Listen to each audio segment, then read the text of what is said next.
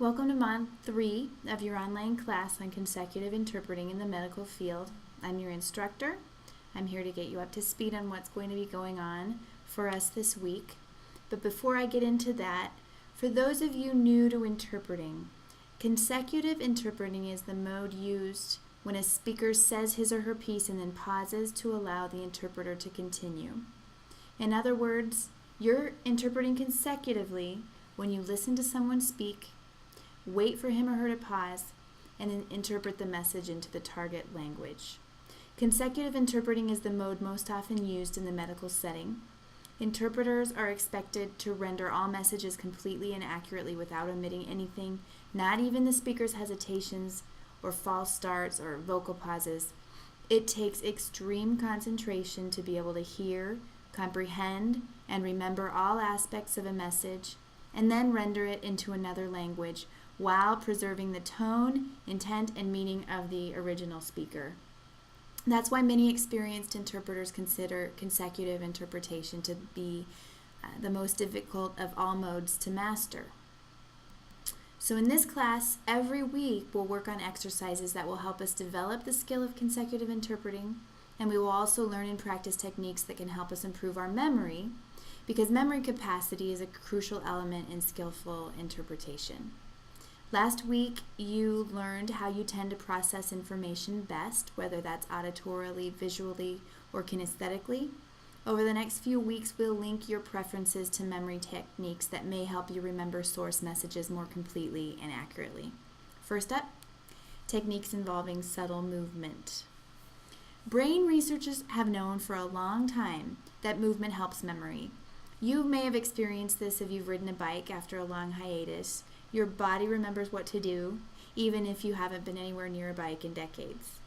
Researchers also know that movement helps people explain themselves verbally.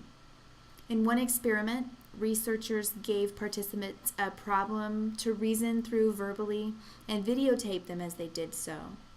All of the participants used similar hand gestures, even those that were blind from birth, leading researchers to conclude that those hand gestures must be linked to the mechanisms in the brain that help us process information.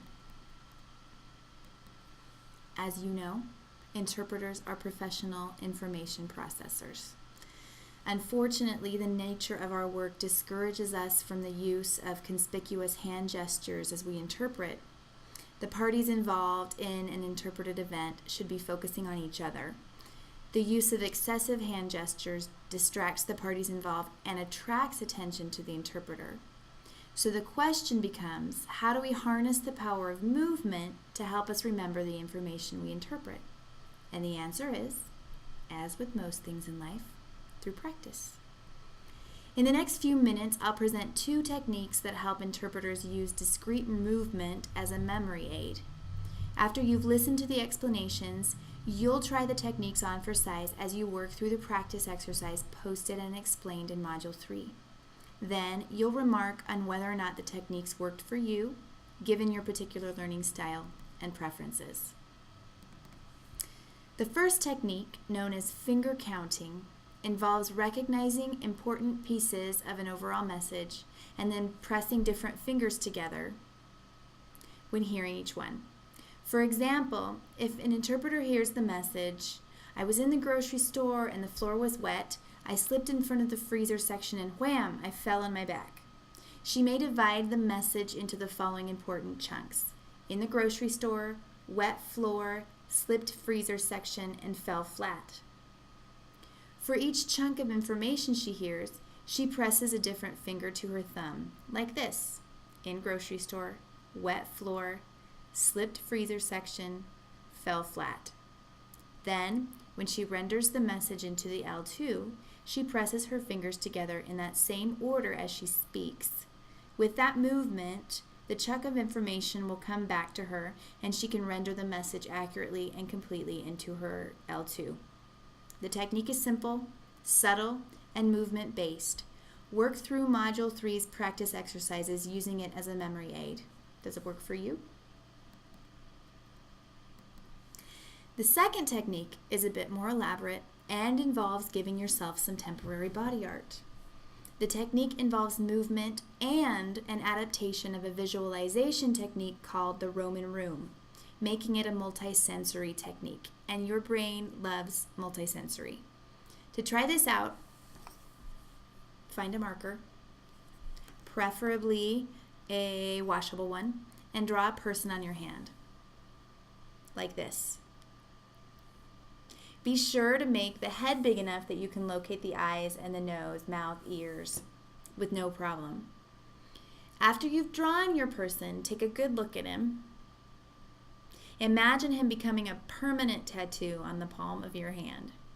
Notice where you've drawn the important areas of the body: the head, neck, chest, abdomen, arms, pelvis, legs. Touch each of those areas. If it helps, do it while your eyes are closed and visualize your way through.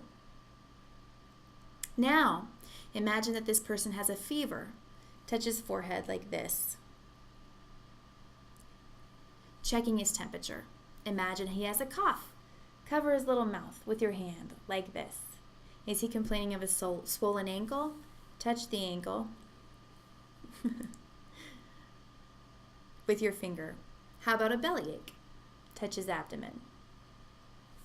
What you're doing is anchoring common symptoms to an area of your body through visualization and movement. This can help you memorize and remember lists of symptoms later on as you interpret.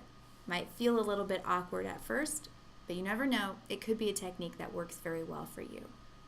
So, for example, imagine that a person you're interpreting for complains, "Doctor, I'm not feeling well. I've had fever for 2 days, coughing, severe headache, and chills." As the person speaks, you touch your hand to the assigned area for each of the symptoms he mentioned. Fever for 2 days, coughing, severe headache, and chills. Wait, we didn't come up with a movement for chills. But don't worry, you don't have to invent an action for every symptom under the sun. You're not trying to invent your own secret sign language. Just move with the symptoms that lend themselves to this technique and store the rest in your regular memory. Memory techniques are simply aids. They help you store information in your memory long enough for you to interpret it and then forget it. Give this technique a try by using it as you go through the practice exercises for this module again. Does it work for you? Is it much too awkward to be practical? Share your thoughts on the corresponding discussion board. So there you have it. 2 movement-based tricks to increase memory capacity. Next week, we'll explore the world of auditory memory techniques. Stay tuned.